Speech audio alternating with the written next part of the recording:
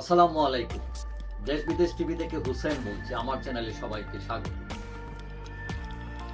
বাংলাদেশ হচ্ছে অসম্ভব সম্ভবের দেশ। মানে এখানে সবকিছুই সম্ভব। যে আওয়ামী লীগ হয়তো একসময় ভেবেছিল তারা ক্ষমতায় দীর্ঘদিন থাকবে, তাদেরকে এরকম বিদায় হতে হবে, তাদের বড় বড় নেতারাও এগুলো বুঝতে পারেন না। তারা সবাই চিন্তা করছিলেন ক্ষমতা দীর্ঘস্থায়ী, এই টাইপের একটা কিছু।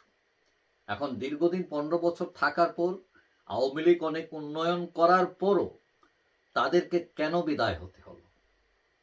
তো বিভিন্ন ক্যালকুলেশন করে এই যে 5 আগস্ট সেখানে যে একটা গণ অভ্যুত্থান হয়, মানুষের ধারণা অনেকটাই বদলে যায়।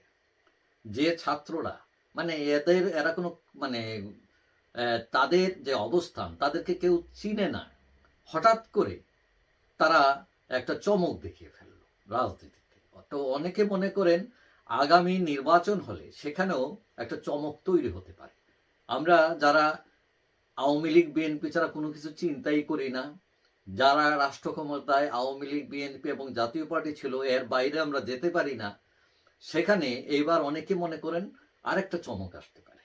এখন এই চমকটা কে দেখাতে পারে? অনেকেই মনে করছেন সেখানে জামাত ছাত্ররা এই চমৎকারিত্ব নিয়ে আসতে পারে। এটা অবাক হবার কিছু নয়। তো এখন কিভাবে দেখাতে পারে? জামাত ইসলাম তারা দীর্ঘদিন যাবে রাজনীতি করে, তারা নিষিদ্ধ হয়েছে, আবার ফিরে এসেছে। বিশেষ করে গত 15 বছর তাদের অবস্থা খুবই কোণঠাসা ছিল, কিন্তু হঠাৎ করে 5 আগস্টের পর তাদের অবস্থান বদলে যায়। এখন জামাতের ব্যাপারে বিভিন্ন অভিযোগ আছে, বিশেষ করে 1971 সালে মানবতা বিরোধী অপরাধ এবং পরবর্তীতে জামাত শিবিরের রাজনীতির যে স্ট্রাকচার, এটা অনেকটা নেগেটিভ ছিল আমাদের মানুষের কাছে, এবং এটার প্রতিফলন আমরা দেখেছি বিভিন্ন নির্বাচনে। জামাত ইসলাম খুব একটা ভালো ফলাফল দেখাতে পারেনি কোনো নির্বাচনে। তাদের ভোট অ্যাভারেজে 5% ছিল। কিন্তু এইবার জামাত অনেক আলোচনায়। কেন আলোচনায়? বিশেষ করে জামাত তার যে নতুন নেতৃত্ব ডক্টর শফিকুর রহমান, তাকে কঠোরপন্থী কখনো মনে হচ্ছে না। তিনি অনেকটা উদারপন্থী এবং বিভিন্ন কথাবার্তায়, সাক্ষাৎকারে তিনি সেটা প্রমাণ রেখেছেন।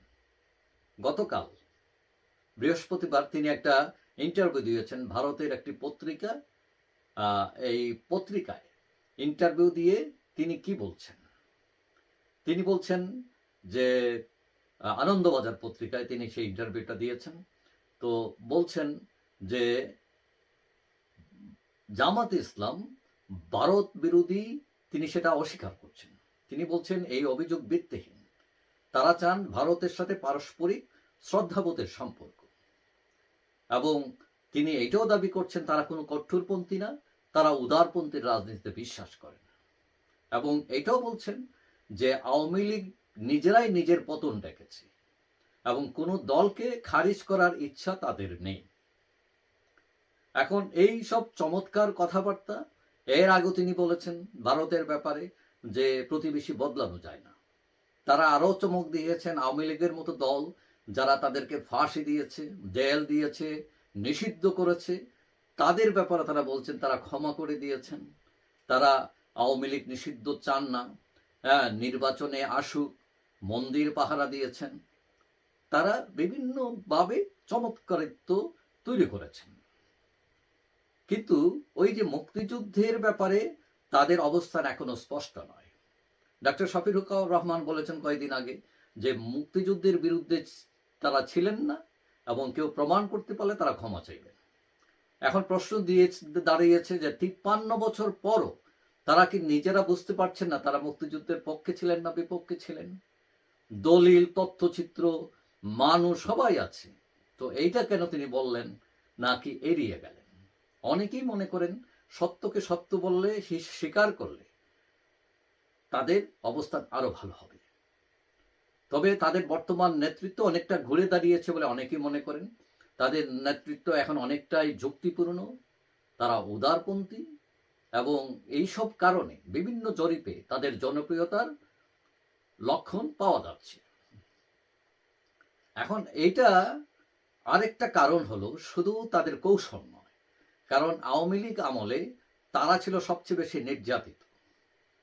তাদের লোকদের ফাঁসি দেওয়া হয়েছে, তারা বলছে অন্যায়ভাবে ফাঁসি দেওয়া হয়েছে, নিষ্পেষিত হয়েছে, তারা মিটিং ফাটাং করতে পারেন নাই, অফিস বন্ধ করে রাখা হয়েছে, তাদেরকে নিষিদ্ধ করা হয়েছে। তো এখন ওই যে দুর্বল যারা নির্যাতিত হয় এদের প্রতি মানুষের সহানুভূতি বাড়ে, এটা একটা ন্যাচারাল থিং। তো এই যে সফট কর্নার, এটা মানুষের তারা পাচ্ছে এবং পেয়ে তাদের জনপ্রিয়তা অনেকটা বেড়ে গেছে এবং সেই সুযোগ নিচ্ছে তারা।